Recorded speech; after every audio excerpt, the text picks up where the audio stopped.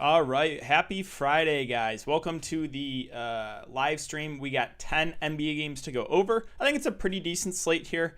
If you guys are new to the channel, new to the live stream, how this works is we'll take a look at what we know so far. We'll review the Vegas odds, and then I'll go team by team, talk about the players that I like, and then get to questions at the end. So let's go over what we know so far. Cam Reddish is probable. We got the big news that Kevin Durant is out. That obviously changes the slate, makes Kyrie, makes James Harden really good plays. It opens up a little bit more value there. We did get the news. I'm kind of glad we got this news early. Donovan Mitchell also out, so I like the Jazz once again.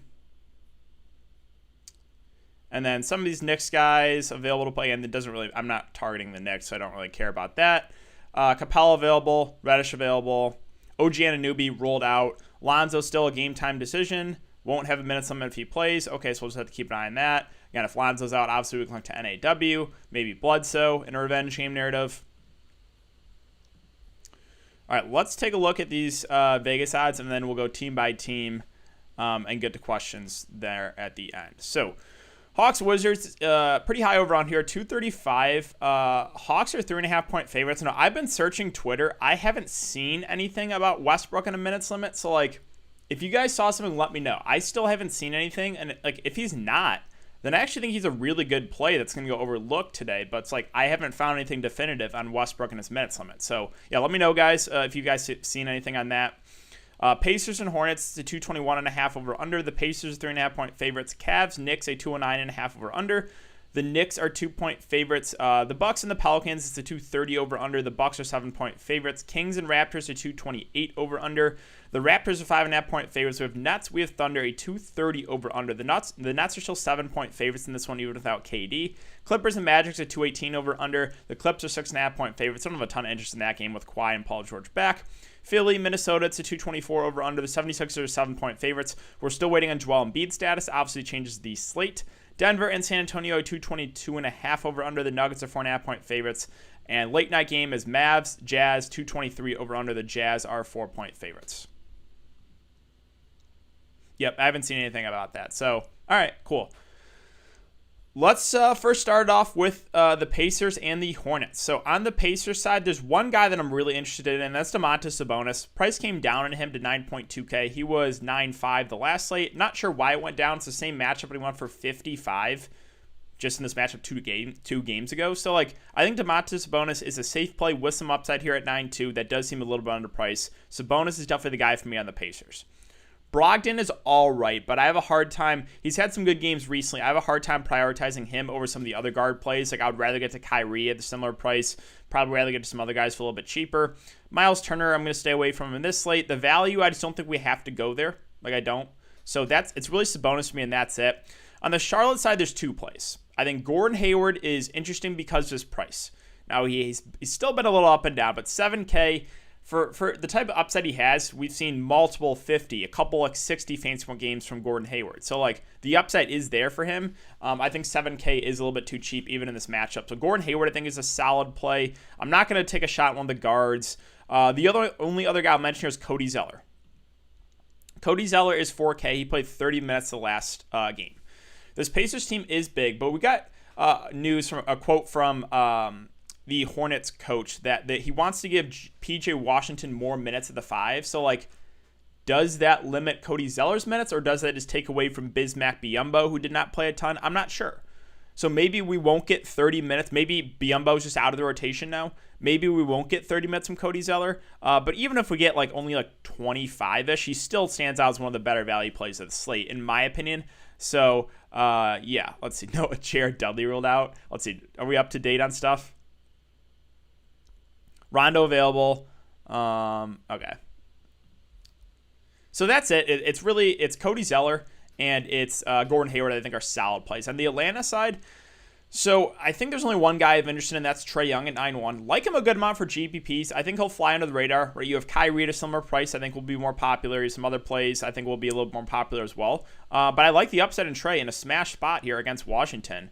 You can definitely run like a Trae Young Russell Westbrook stack or Trae Young Brad Beal stack. I kind of like that for GPPs. This game definitely intrigues me to stack it up if you wanted to. But like the rest of the pieces in Atlanta, like Capella's overpriced. You can go there in tournaments, but I'm not going to do it. Collins, Hunter seem priced accordingly. Again, we have Reddish back, maybe less minutes for a guy like Hunter, maybe a few less for Collins. It just, I don't know if I want to get to anyone else on the Atlanta team. On the Washington side's really only the top two guys. Still waiting on Russell Westbrook confirmation on whether or not he's on a minutes limit. If we don't get anything, I would assume he's not on a minutes limit, and then we might get mid to high 30s minutes, which actually would make him a really good play. So we'll just have to keep an eye on the Westbrook thing and his news. But yeah, I think Westbrook is a decent play if there's no minutes limit. I would like him a good amount. Brad Beal at 10-2, went for 70 last time with no Russell Westbrook. With Westbrook in, I think is still viable, but not as good of a play. So yeah, it's both the two top guards there for Washington. It's Trae Young for me, and that's really it. Milwaukee, New Orleans. So I think Giannis Antetokounmpo is a decent contrarian play on the slate. He's not going to be super popular. Always viable. Like, he's in play every single slate. The same thing I'll say about Luka Doncic. At the end, like, they're not optimal plays in my opinion, but they're always viable because we know the upside is there. Middleton, I'll pass on at that price. I'm not going to get to Drew. I don't think we have to go to the secondary pieces on Milwaukee. On the New Orleans side, so the big news still, we're still waiting on Lonzo Ball. He's a game-time decision. It's big. If Lonzo Ball is out, then NAW catapults to becoming one of the best values of the day if he starts at point guard at 4.2K. Decent point per minute guy. Would expect about 30 minutes. Would really like NAW if Lonzo's out. Also would be a boost to Eric Bledsoe, who has actually played 34 and 36 minutes the last couple of games. He's been playing better. It's a revenge game narrative, so I think you could look his way as well. Those are probably the two guys I like the best if Lonzo's out. Ingram, Zion are all right options, but not priorities for me. Steven Adams is also, I think, a safe option, but I don't know if he's a must at that price. And then, yeah, maybe Josh Hart if Lonzo's out too would be a viable value play. But really, I'm looking to the guards if Lonzo's out. If Lonzo's in, I don't know if I really get to anyone on this New Orleans side. So that was pretty quick. 3 games up, 3 games down. Guys, if you enjoy this content, you can hit that like button and subscribe to the channel. We are at over 200 viewers, 17 likes. Let's try to aim for 75 likes on this live stream before I get out of here. All right, moving on to Cleveland and New York. So Andre Drummond at the top at 8-6 is probably the only guy I'm looking to, and it's only for GPPs because of the minutes, right? He's only played 28. I think that's really where they're kind of setting the limit on him. He's not going to play much more than that. So for that reason alone, it just makes him a GPP play. It kind of reminds me of Clint Capella, right? Capella won on that stretch of 4 or 5 games where he just went insane.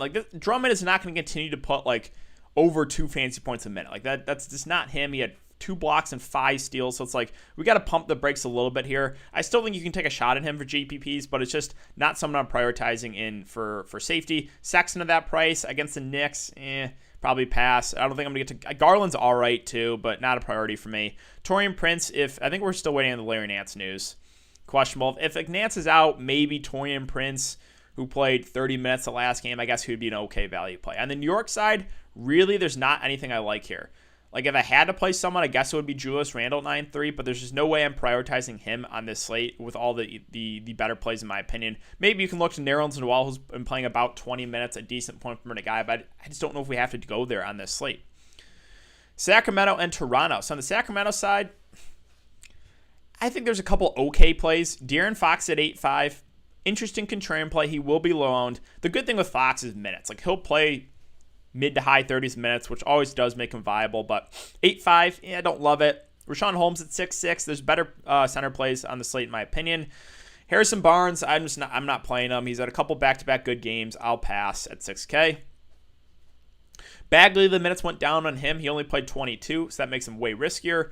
If you want a complete dart in GPPs, Whiteside did play 16 minutes. He's a decent point per minute guy, but I would not be surprised if he just gets a DNP this game. So it's that's always a huge risk. And that's really Halliburton actually has played about 30 minutes the last couple games. I think decent value if you want to go there. On the Toronto side, so OG Anunoby is out. So the top 3 guys in Van Fleet, Siakam, and Lowry, I think all 3 look pretty good on this slate. Normally those guys are priced around the 8K range, 8 to 8.5, and they're all just secondary plays for me. But now they're low to mid 7K, and it's a smash spot. I actually really like all 3 of these guys. Probably would rank them Van Fleet, then Lowry, then Siakam, just because Van Fleet is shooting guard eligible and point guard is pretty loaded today. But like I said, I am pretty high on these Raptors. Van Fleet shot 3 of 17 and still almost went for 50 fantasy points. So I think he's a pretty solid play in an up-tempo game. I think Kyle Lowry's a pretty good option too. I think both are underpriced. Really, I think both these Toronto guards are underpriced a decent amount, and it's a really good matchup. So I'm really high in both the Toronto guards. I think Siakam's viable as well. He's been a little bit more up and down, but like all three of those guys are in play. I think Norman Powell is viable as well. He's been playing huge minutes. My one concern is you're kind of paying a premium, but like he's continuing to get it done. 43 and 41 fantasy points, 40 and 41 minutes, playing huge minutes. I'm perfectly fine if you want to go to Powell. So it's really the top four guys for me in Toronto. Boucher, I'm not going to take a shot on him. He only played 13 minutes the last game, and that's probably like Aaron Baines will start. I guess you could punt with him, but I feel more comfortable about Zeller at a similar price. All right, moving on to Philly and Minnesota. All right, let's refresh this real quick. Let's make sure we are up to date here. All right, so on the Philadelphia side, we are still waiting on Joel Embiid news. So we'll see. If Joel Embiid is out, I am really high on this Philadelphia team. So if he's out, I cannot wait to lose more money with Ben Simmons because the last time he was out, got him at super low ownership, and he got 4 fouls. Got huge foul trouble, and they got blown out. In the very next game, plays 40 minutes and goes for a triple-double and 53 fantasy points.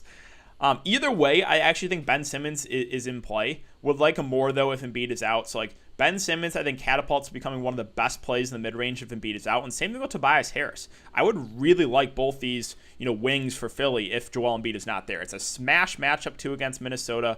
So, really like both those guys in the mid-range if Embiid is out. I think Seth Curry you can make an argument for because the price point at 4-4. I would assume we probably get 25 to 30 minutes from him. He's kind of gone on a cold stretch, but we've seen some big games from Seth Curry. So, yeah, I think he would be firmly in play if you want to take a shot there. And then whoever starts at center, whether it be Dwight Howard or Tony Bradley. Last time Dwight was chalk, he got benched, and Tony Bradley played more. And again, both these guys are decent point per minute guys. So whoever starts at center probably would like more. I would guess it would be Dwight, but I think you could look to Bradley as a contrarian value option if there's no Embiid. And if Joel Embiid is in, I think there's only 2 guys I'll consider. It'd probably be Embiid himself, who would honestly be a really good play at 9.4K. And then I think I would still have some interest in Ben Simmons, but he wouldn't be as good of a play. So that's kind of my thoughts there with Philly. On the Minnesota side, there's not a ton I love here. D'Lo, if he plays, you can use him in GPPs. If he's out, like Malik Beasley would be the number 1 in this offense. I think he would be an okay tournament play. Naz Reid went for like 5 blocks and 2 steals the last game. 5 blocks and 3 steals. He's got some foul concerns. If Embiid plays, I'm not touching Naz Reid. If Embiid is out, maybe I would feel a little more confident with him staying out of foul trouble. Rubio did not play a lot last game, only 22. I mean, he's just really been bad. I think he's kind of washed up at this point right now. Anthony Edwards had a decent game off the bench. He played 32 minutes. The thing with Anthony Edwards I like is he's going to get shots up when he's out there. He hasn't really been hitting a lot of the shots, but like when he's out on the court, he's shooting a bunch. He actually hit some shots the last game, so he went for 40 fantasy points. I think if D'Angelo Russell's out, you can make an argument for him in GPPs. McLaughlin as well, 3-8, has played 20, 22, and 26 minutes. Okay punt play there in tournaments if D'Angelo Russell's out.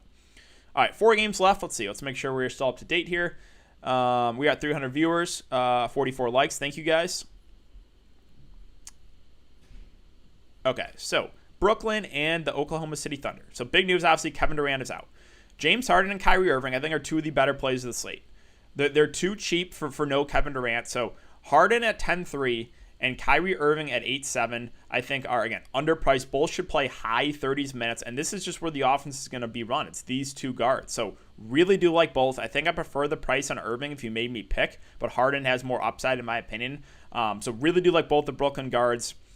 Joe Harris, DeAndre Jordan, don't do a ton for me. I think Jeff Green's all right in the mid-range. Probably get, 30 to 35 minutes. He's like an okay play at that price. The thing that really surprises me, I'm not going to lie, is I heard Bruce Brown is going to be the most popular play on the slate. On a 10-game slate, Bruce Brown is going to be the most popular player on the slate. I heard that. I'm like, am I missing something here? Yeah, maybe I am. Maybe I'm missing something with Bruce Brown. But, I honestly don't get why he's going to be chalk. Like, I think he will play a little bit more. I think he'll play some more minutes. I think we'll probably get somewhere around 20-ish minutes from Bruce Brown. Maybe a little more. Maybe. But, like, we've seen games where he started and barely has played. So it's like, and it's Kevin Durant out too. So it's like, I don't know. I think Bruce Brown is fine. Like, I'm not going to talk you off Bruce Brown. I'm not saying to not play him. But I don't think he should be the most popular player in the slate. I think I just think that's a mistake, in my opinion. I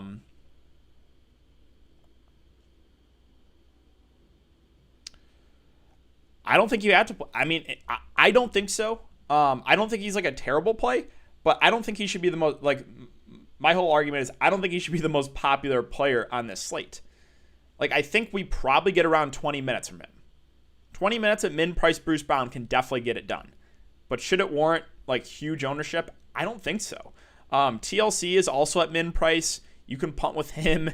We know, like, both those guys have somewhat low floors. So that's kind of what I got for Brooklyn. All right, on the OKC side. So Shai Gilgeous-Alexander at 8.3K. I think is a good play in tournaments here. I don't think he's going to be super popular. I think he's a nice bring back if you're playing either Kyrie or Harden and want to bring it back with someone. My one concern with Shai is only 32 and 31 minutes in close games. Now, they've kind of been up and down. He's been, some games when it's close, he'll play like close to 40 minutes. But the last two, only 32 and 31, wasn't in any foul trouble. So I'm just like wondering why he played so few minutes. So that does make him slightly riskier, but he's still 1 for 50 and 48 in those limited minutes. So, like, Shai, I think, is a good tournament play here, a nice bring back if you're playing one of those Brooklyn guards. I think Horford is decent at 5'9". We finally saw that honestly I really thought we'd be getting more games like this from Horford this year. 2 of the last 3 games that he has played, 38 and 49 fantasy points. We know Brooklyn struggles against big. So, like, I think Al Horford is actually a decent play in the mid-range. Baisley, Baisley and Dort, I think, are fine tournament plays. Those guys have flashed some upside. No George Hill, so Maldian is a guy that I think probably starts and plays mid-20s minutes, maybe a little more, maybe a little less, right? First game he started, only played 22. That next game he played 30, so I think we'll get somewhere in the middle, probably mid-20s. I think is a fair guess for him. At 3.4K, that is certainly viable for value. Diallo's minutes have not changed. He's still playing about 20 minutes, which does make him, again, it's viable, but not like an amazing play. And that's it for OKC. Over 30%. Yeah, I don't. 3K open stuff. I get that. I get that. Like, I'm not saying to completely fade Bruce Brown, but, like, I don't think he should be that popular, in my opinion. All right, let's move on to the Clippers. So, Clippers are a team I honestly have no interest in. Kawhi and Paul George, I think there's better spend-ups in the slate, and with them being back, it just takes everyone that's priced up from them being out of play. So very easy there, no interest. On the Orlando side, very little interest too. Don't love the matchup here. Vooch will be about 3% owned. You can go to him in tournaments. Gordon was a huge letdown after being popular last slate. And if you want to go back there in tournaments, I guess. But, like, really, there's not a lot I like there on the Orlando side. Denver and San Antonio. So Nikola Jokic at 10-1, I think flies under the radar as they spend up on the slate. I think Giannis will be loaned. I think Luka will be loaned. I think Jokic will be loaned. If you want to go to, like, those stars to differentiate yourself, for sure, right? We know all those guys have enormous upside. This is a really good matchup for Jokic. He's played about mid-30s minutes in the previous 2 games. I think he's definitely viable at the top, for sure. And I don't think he's going to be super popular. Now, Murray and MPJ both have flashed upside. On a 10-game slate, though, like, I personally probably won't do it for my one lineup. If you're making multiple lineups, you can get exposure here. Again, we know Jamal Murray has 50-plus fantasy point upside. We've seen it a couple times from MPJ as well. It's just they're more inconsistent. So it's like, I don't know if I want to risk it on this 10-game slate for my one lineup. But if you're making multiple lineups, of course, you can get exposure to them for tournaments. The Denver value are all just like, okay. Oh, like JaMychal Green, Barton, Gary Harris, Millsap, Morris, they're just all okay plays. No priorities for me there. On the San Antonio side, so mentioned in my video, but I'm really high on the Spurs. And that is a scary thing, but DeMar DeRozan and DeJounte Murray, in my opinion, are 2 of the better plays of the slate. Really like both. DeMar DeRozan should not be below 7K. In games that he has stayed out of foul trouble, has played mid to high 30s minutes. He's a guy that can stuff a stat sheet, not as well as DeJounte Murray, but can still get assists, rebound the ball. It's a good matchup here against Denver. They play fast. Like DeMar DeRozan, I think is a really solid option there, and I really like cover boy DeJounte Murray too. Played 36 minutes that last game against Boston. Didn't have a great game, but still went for 32 fantasy points. Like, he's a guy that just has a pretty high floor because of the peripheral stats, and if he gets a good shooting game going, we've seen like some big upset, right? He shot 7 of 18 against Minnesota, 51 you know what I'm saying? If he has a really good shooting game, he could blow the roof off this slate. So like, I do like DeJounte Murray and DeMar DeRozan a good amount. They're two of my favorite plays on this slate. The rest of the Spurs are secondary options for me. You can go to Keldon and GPPs. LMA I think is okay. Probably get around 25 to 30 minutes from him. You know, hasn't been the best rebounder, which I think does lower his floor a bit. But like 5.5K does seem a little bit too cheap for LMA, so I think he's a decent option. Probably not going to Patty Mills or Rudy Gay. Jakob Poeltl, I mean, you could see some foul trouble here for LMA. He's been getting about 20 minutes either way. Decent point per minute guy. I would put him in the same category as a guy like Nerlens Noel. Right, those guys off the bench that are like, yeah, you can go there, but like they're not priorities for me. And then Lonnie Walker's at 4-1. Has been getting about 30 minutes. Does have a somewhat low floor, but I think he's like in play for value if you need something super cheap. And then finally, Dallas. For me on the Dallas side, there's only one guy, and it's Luka Doncic. Again, I think he'll be lower owned. I definitely don't think he's a must play on the slate, but like, I think he will be decently, like, I don't think he's going to be popular. And like, sure, he's been a little up and down, but we know the upside for Luka is 80 plus. We've seen 80, 2 or 3 times already from him. So sure, the matchup's not necessarily the best against Utah Jazz, but like, I'm fine going to Luka if you want to get different in tournaments. Porzingis, I'm going to stay away from. The rest of the value guys, I'm not touching on this 12-game slate or 10-game slate. And then lastly, Utah. I'm pretty high on this Utah Jazz team. We got the news that Donovan Mitchell's out, so it's like these top 6 guys, besides Bojan, really, I like them all. Rudy Gobert at 7.5. I know he's had ceiling games, 54 and 68 fantasy points. We're probably not going to get that again, but like, if Derek Favors is out once again and he's questionable, like, they were not confident giving the backup big a lot of minutes. I think it was Brantley that came in for like a shift.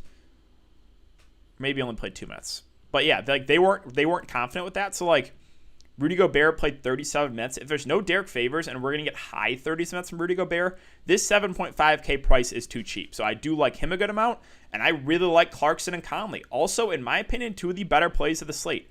Conley, with no Donovan Mitchell, does get a boost. You know, minutes-wise, probably won't get a boost, but I think about 30 minutes is what he's been playing. He's got a decently high floor because of the assist. I think Mike Conley's a safe play. Jordan Clarkson may be more of the upside play. He's a very aggressive player, played 33 minutes off the bench. Right, when he's out there, he's just going to shoot the ball. Shot the ball 21 times, so it's like, we know like this guy can put the ball in the bucket, and if he's getting it going, he will continue to shoot. So he's got a good amount of upside. I like Clarkson a good amount for GPPs. Bojan's probably the guy I'm not as excited about, just because he's so reliant in the scoring. Did play 36 minutes, but doesn't do a ton of the peripherals. Now, Joe Ingles, I think is a pretty good value play at 4.7. Played 30 minutes. The last game started. I think we get around that, so around 30 minutes. He did have a really shooting game. He did have 8 assists, a really good shooting a game. He did have 8 assists. We probably won't get that again, but he's a guy that can get some assists, can rebound the ball, is a good shooter. So, like, I think Joe Ingles is a pretty solid value play. You can even make the argument for Royce O'Neal, who will get big minutes, a lower usage guy, but he's gone for 35 and 23 the last couple of games. So,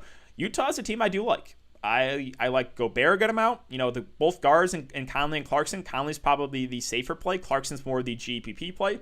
And then Joe Ingles for value. And you can even make the argument for Royce O'Neal. So, yeah, I actually do like those Utah players. And that's it for my breakdown. Let's see where we're at here. Oh, Naz Reid questionable. That is. And Norman Powell questionable. All right.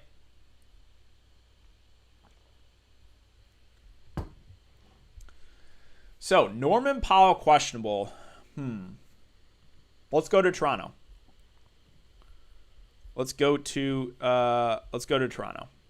Yeah, Clarkson 6'4". I mean that is priced up, but like he's still a guy you can look to for tournaments because you know he is going to shoot the ball when he's out there. That's what I like about him. So we have OG Anunoby out, Norman Powell questionable. I'm trying to think what they're going to do with the starting lineup. I would guess they move Stanley Johnson in. We'll see. If Powell's out, first of all, if Powell's out, that's a boost to these guys who are I already like in Van Fleet and Lowry and even Siakam. So like that's a slight boost to them. Curious to see what they do. I would guess it's Stanley Johnson in the starting lineup. I don't think they would start Boucher and Baines together. Like Terrence Davis is like in and out of the rotation. Maybe they start him. I don't know. So we'll have to see. Like there definitely is some possible value here with Toronto if Norman Powell's out. And then, and then Naz Reid. So that changes things too, right? Let's go to Minnesota and let's talk about Naz Reid for a sec. So like he is currently questionable. No Towns. I wonder what they do with it. Do they start Ed Davis to the 5? Do they move Jarrett Vanderbilt to the 5? Vanderbilt's been starting at the 4. He's a decent point per minute guy. I wonder if they start him at the 5 or if they start Ed Davis. Either way, like, curious. I would like them both. They don't have like any other options for bigs, right? I guess they could use an undersized Jaden McDaniels, but like, I think it's gonna be Vanderbilt and Ed Davis if Naz Reid is out. So we'll just have to see on that one. Definitely intrigues me. So that's two pieces of news that are pretty big. All right, so we're up to date on that. Yeah, I think Terrence Davis. Yeah, Terrence Davis is another aggressive player. He's min price, so like we really got to monitor that because that is pretty significant news. It is not Yuta Watanabe season. No, he actually like how many minutes has he been getting? Hold on.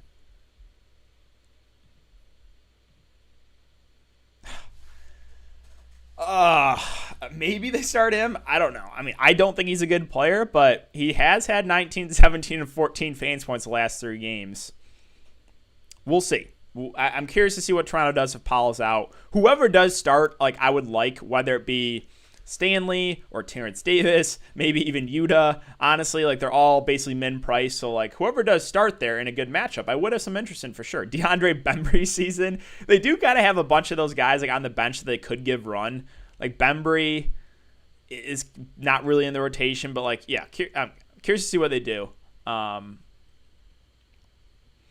Favorite value center, I think it's Zeller. Zeller at the moment, right? Possibly could be some value maybe with like Ed Davis, right?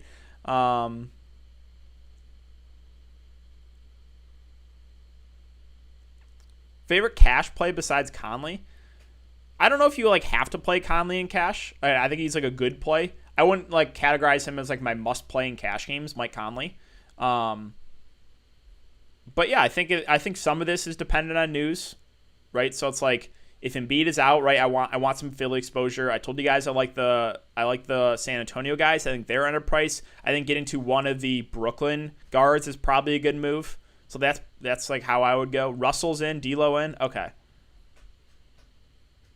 So D'Lo's in.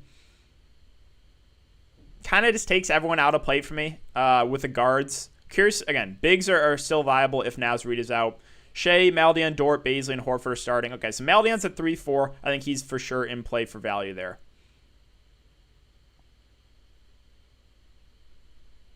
Yuta season. Ingles, safe play. As long as he starts, and I think he does, I think we get close to 30 minutes again, which I think makes him a pretty solid value play. Harden, Van Fleet, Gordon, DeMar, Zeller, Quickly, Edwards, and Ingles. So, like, if that's like tournaments, you could do it. Like Emmanuel Quickly is just strictly a really risky play in tournaments. Like if he does not play well, they could limit him to like 10 minutes. The Knicks are getting a little bit healthier too, some other pieces. So it's like I don't personally love it. I don't know if we have to do it, but crazy things have happened.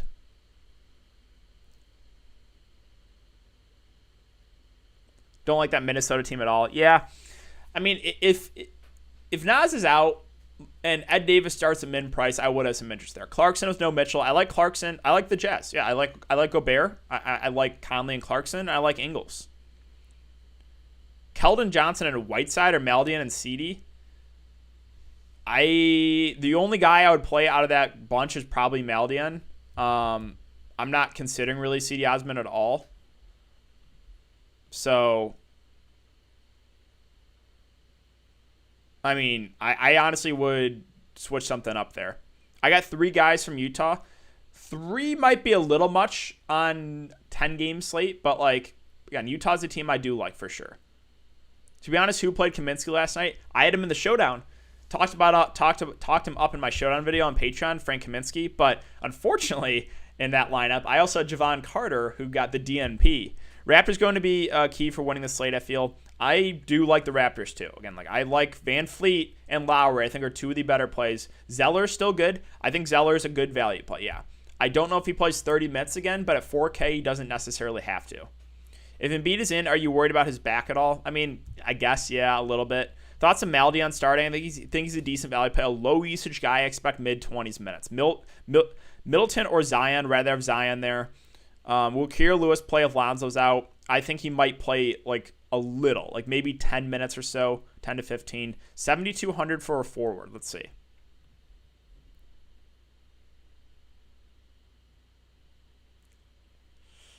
I would go DeMar DeRozan, and then if Embiid gets ruled out, pivot to Tobias Harris. Either way, I mean, that's where I would look. Meldian in cash, I think he's fine in cash. Again, low usage guy, 3.4K, should get somewhere, I think, in between 22 and 30 minutes. That's my guess. The minutes are not locked for him, but I would guess we'll get somewhere around there.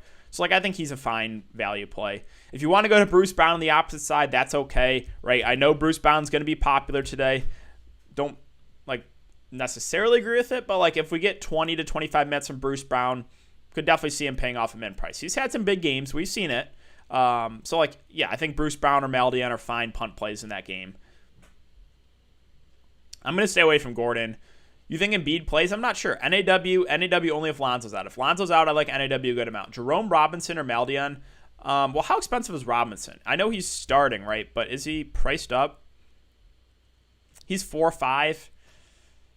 I mean, if you're going for the upside, it's Robinson if you can get there. But it's kind of risky with them being healthy now. Could run Clarkson and Conley and Bledsoe and NAW if Ball's out, since both teams have a main guard out in their team. Run all four of them together. I don't know if I would play all four of Clarkson, Conley, Bledsoe, and NAW, but you could definitely, I think you could play you could. It kind of caps the upside a little bit.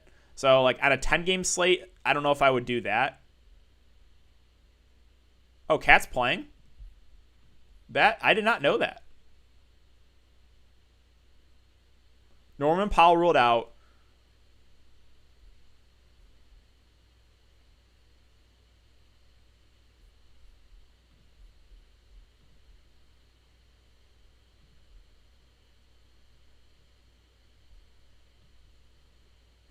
Did I miss something with Karl Anthony Towns?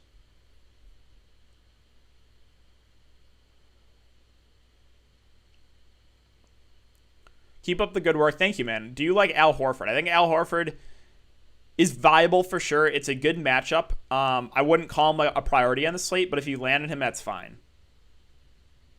Yeah, definitely a crazy slate for sure, guys. It's crazy. I don't think Cat's playing unless I missed something. I see him ruled out. I don't see anything on Fantasy Labs. Okay. I mean, I wasn't expecting that. We're still waiting on Sacramento starting lineup news. Watanabe season, Russell and Cat out.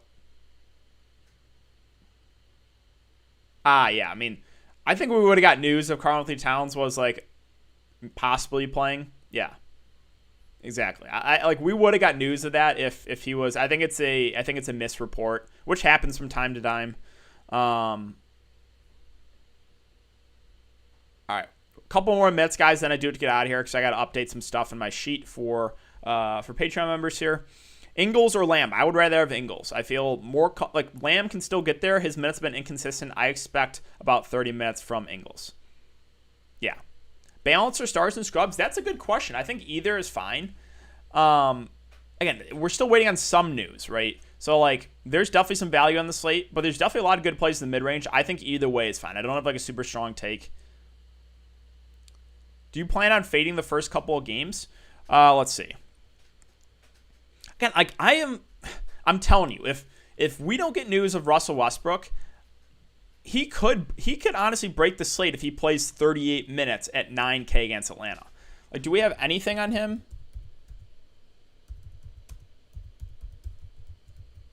Like, no one's really talking about this.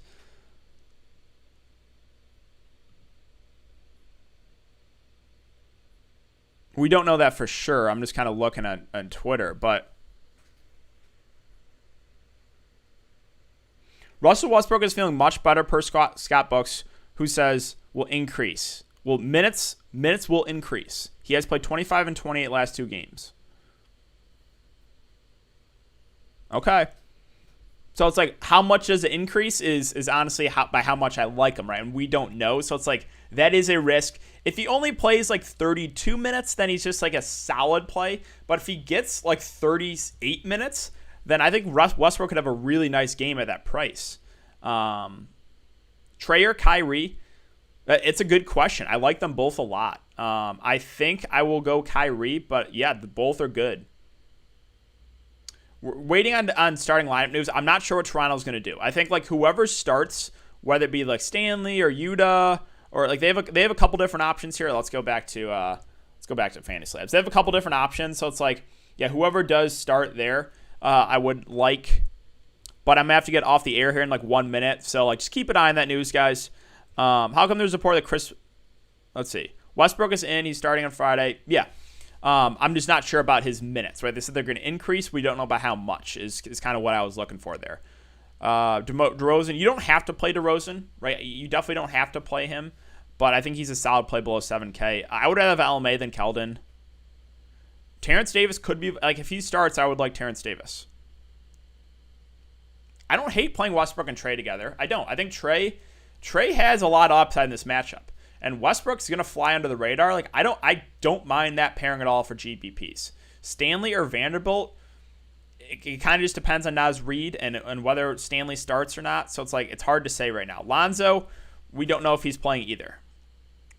Yeah, guys, there's still a lot up in the air. I do have to hop out of here, though, because I got to update a couple things. So I appreciate everyone coming to check the live stream here. Let's see. Let's make sure. I think we're all up to date here. Yeah, we are. So I'm going to hop out of here, guys. Good luck to everyone. Have a great Friday. Yeah, I think Siakam looks good. I do. I like all the Toronto guys. Probably prefer the guards. But good luck to everyone. Have a great Friday. Keep an eye on that news. And I'll see you guys back here Saturday for a stream.